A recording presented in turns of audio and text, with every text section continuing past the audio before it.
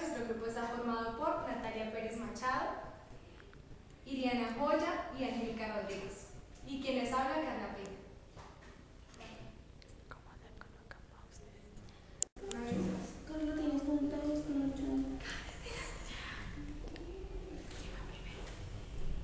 Nosotros vamos a hablar sobre las vías ascendentes que se encargan de modular la sensibilidad. Existen dos tipos de sensibilidad, la sensibilidad consciente y la inconsciente. La sensibilidad consciente se subdivide en estereoceptiva y propioceptiva. La sensibilidad estereoceptiva procede del mundo externo y la sensibilidad propioceptiva consciente se origina en el interior del organismo.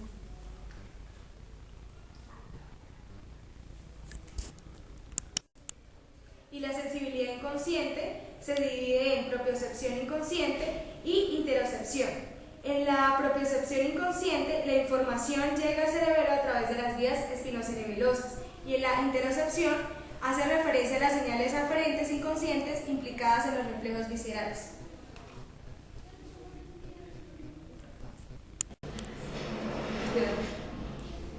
Bueno, vamos a comenzar con la vía espinotalámica. La vía espinotalámica ingresa por la raíz posterior de los nervios espinales. Entonces, sigue por la raíz posterior de la materia gris y se decusa hacia el tracto espinocerebeloso, que es este morado que vemos aquí. A continuación, entonces, vemos que pues, se decusa hacia el lado contralateral. Luego llega a la pirámide vulvar. En esta vía, pues la cruzamos por detrás. Entonces, vemos que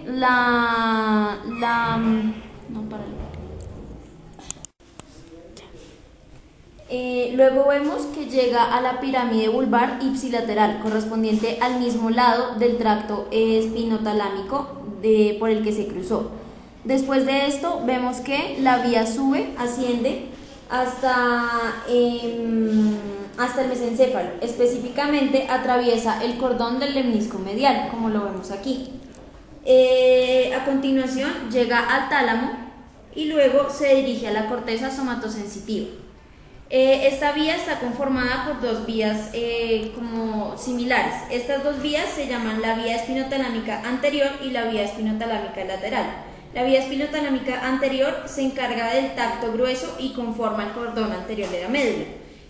La vía espinotalámica lateral está encargada de recibir los estímulos térmico-algésicos y conforma el cordón lateral. Juntas conforman esta estructura que vemos acá en verde que se llama el lemnisco medial. Esta vía entonces se encarga de transmitir los impulsos asociados al dolor, el frío, el calor, el prurito o rasquiña y el cosquilleo de los miembros, el tronco, el cuello y la parte posterior de la cabeza. Esta vía, como lo vimos, se decusa. Continuando con lo anterior, la enfermedad que trabajamos acerca de esta vía es la siringomielia. Esta enfermedad se caracteriza por un tumor de la médula espinal y los primeros síntomas que se presentan son la pérdida de la sensibilidad a estímulos dolorosos y térmicos, lo cual significa que hay un daño a nivel del cordón, del cordón lateral, es decir, de la vía espinotalámica lateral. Esto se debe al cierre de las fibras espinotalámicas que se decusan en la comisura blanca, es decir, el tumor bloquea todas las fibras.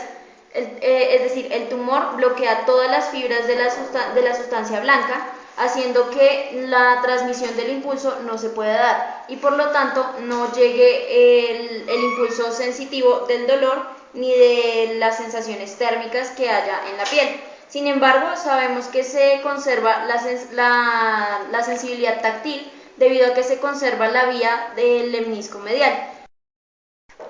Continuando con la segunda vía ascendente, esta es la del cordón posterior del lemnisco medial, que vemos acá. Sus funciones son la propiocepción consciente y el tracto discriminativo. Esta vía aporta al lóbulo parietal una imagen instantánea del cuerpo. Entonces, bueno, inicia por estímulos mecánicos en los receptores propioceptivos del cuerpo que viajan a las neuronas pues del primer orden que se encuentran en los ganglios de la raíz dorsal. Por acá podemos encontrar los ganglios de la raíz dorsal y las neuronas del primer orden.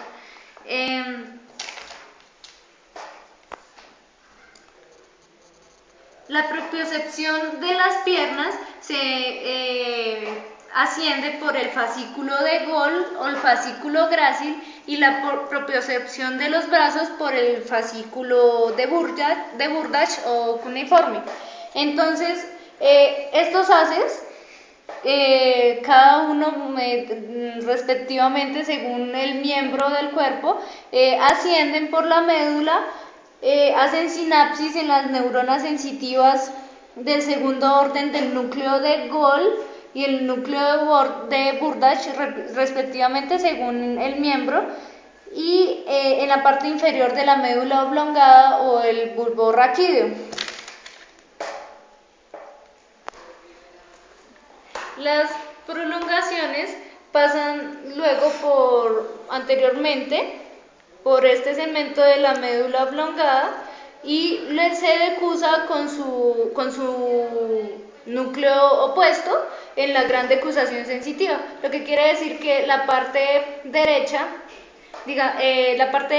pasa si es el núcleo de Gol, pasa al otro núcleo de Gol de la parte izquierda respectivamente. Luego estas fibras rostralmente giran en el lemnisco medial y ascienden a la parte posterior, al núcleo ventral de la parte posterior del tálamo, y esta termina en el lemnisco trigeminal que inerva la región de la cabeza. Las neuronas acá pasan las neuronas, hacen sinapsis con las neuronas de tercer orden que se proyectan desde el tálamo hasta la corteza somatosensitiva. Una enfermedad que afecta a esta vía propioceptiva es la esclerosis múltiple, que es una enfermedad desmielinizante en la cual el paciente no siente sus extremidades y la marcha se realiza en grandes zancadas, o el paciente se balancea. Para estos pacientes se realizan pruebas como el dedo nariz o el talón rodilla y se ve el signo de Romberg, que significa el balanceo con los ojos cerrados. También se pueden ver alteraciones en la sensibilidad artrocinética, las articulaciones, y vibratoria.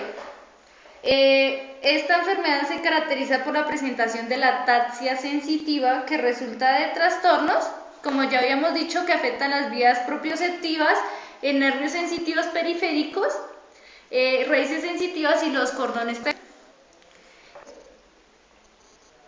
Las sensaciones de posición y movimiento se originan en los corpúsculos de Pacini y en las terminaciones nerviosas de las cápsulas articulares, el músculo y el periósteo. Estas son transmitidas por las fibras mielinizadas de neuronas aferentes primarias. Cuando estas neuronas que están totalmente mielinizadas en sus axones presentan problemas, esta capa se desmieliniza y puede presentar este problema que es la esclerosis múltiple, que finalmente afecta la marcha y las piernas en forma simétrica y los brazos en menor grado. La tercera vía es la espinocerebelosa.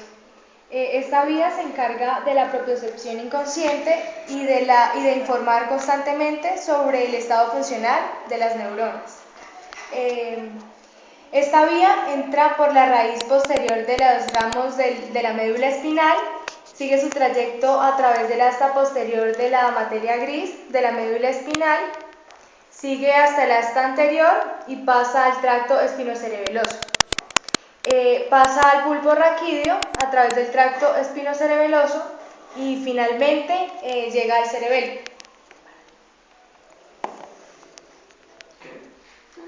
La vía espinocerebelosa se divide en 4 tractos: el tracto espinocerebeloso posterior, el tracto cuneocerebeloso, el tracto espinocerebeloso anterior y el tracto espinocerebeloso rostral.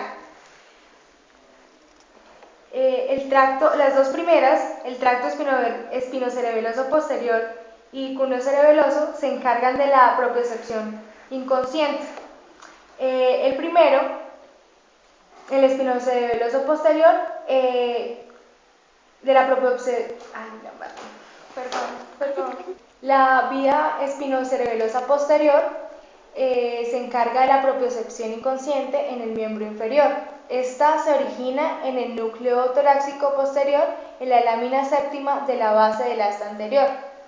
La espinocuneocerebelosa se encarga de la propiocepción inconsciente en el miembro inferior y procede del núcleo cuneiforme accesorio. Las otras dos vías, la tracto espinocerebelosa anterior y tracto espinocerebelosa rostral,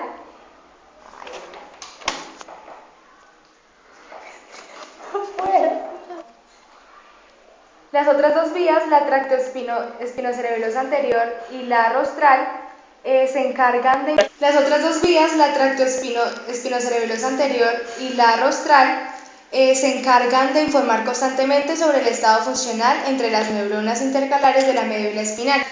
Estas dos vías se originan de la sustancia gris intermedia de la médula. La siguiente vía es el tracto espinoreticular. Los impulsos ingresan por la raíz posterior del asta dorsal. Se dirigen hasta la sustancia gris de la médula espinal por las láminas quinta y séptima. Luego ascienden a través del tracto espinoreticular, que se combina con el tracto espinotalámico. Posteriormente ascienden ipsilateralmente a través de las pirámides vulvares, atraviesan la protuberancia y el mesencéfalo para finalmente llegar al tálamo.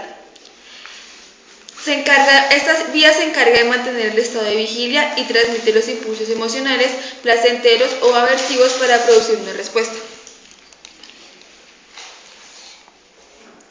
A continuación vamos a hablar del miembro fantasma.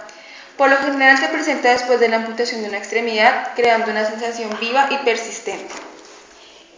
Sucede una reorganización anatómica en la médula espinal después de la lesión periférica del nervio. Se reorganizan las áreas motoras creando nuevas conexiones que inervan nuevas áreas inactivas donde estaba el miembro faltante. Se genera un exceso de conexiones que desencadenan una sensación que asemeja la existencia de un miembro aún cuando este ha sido amputado. Cuando se amputa ese miembro, la corteza correspondiente deja de recibir señales. Las aferencias de la piel de la cara donde sufrió la amputación puede llegar a invadir el territorio inactivo que corresponde al miembro faltante. Después, esta aferencia es malinterpretada por las áreas de la corteza, creando sensación de un miembro inexistente. Hay una variación del envío y la percepción normal de los mensajes que envía el cerebro. Por lo tanto, hay una actividad tanto sensitiva como motora. El movimiento voluntario, el movimiento imaginario, la propiocepción, la imagen corporal, la experiencia consciente y la sensación táctil, incluyendo la temperatura, presión, tacto fino y dolor, se ven alteradas. ¿O no? En la reorganización de la sensación motora, las fibras C desmielinizadas que están en la conducción del dolor normalmente hacen sinapsis en la lámina 1 y 2 del asta dorsal.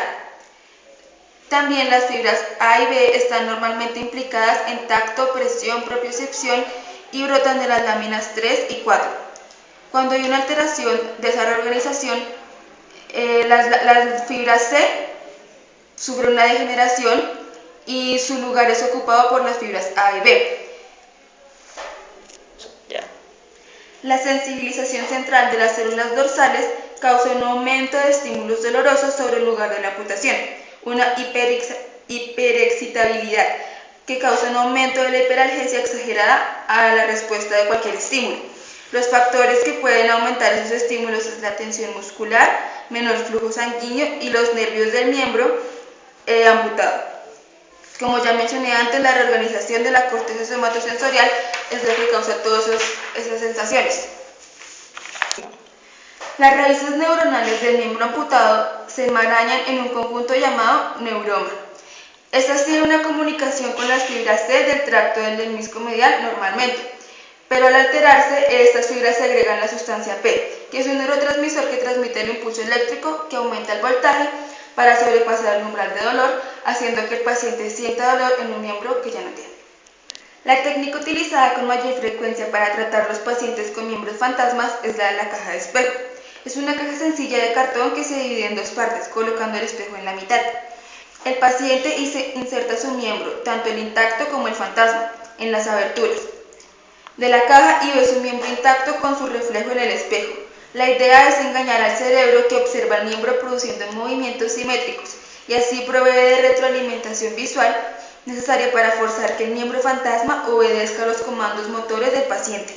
La caja del espejo para pacientes con miembros inferiores fantasmas ha tenido menos éxitos que los miembros superiores. Fue nuestra sustentación sobre las vías ascendentes y el miembro fantasma. Esperamos haya sido de su agrado. Gracias por su atención.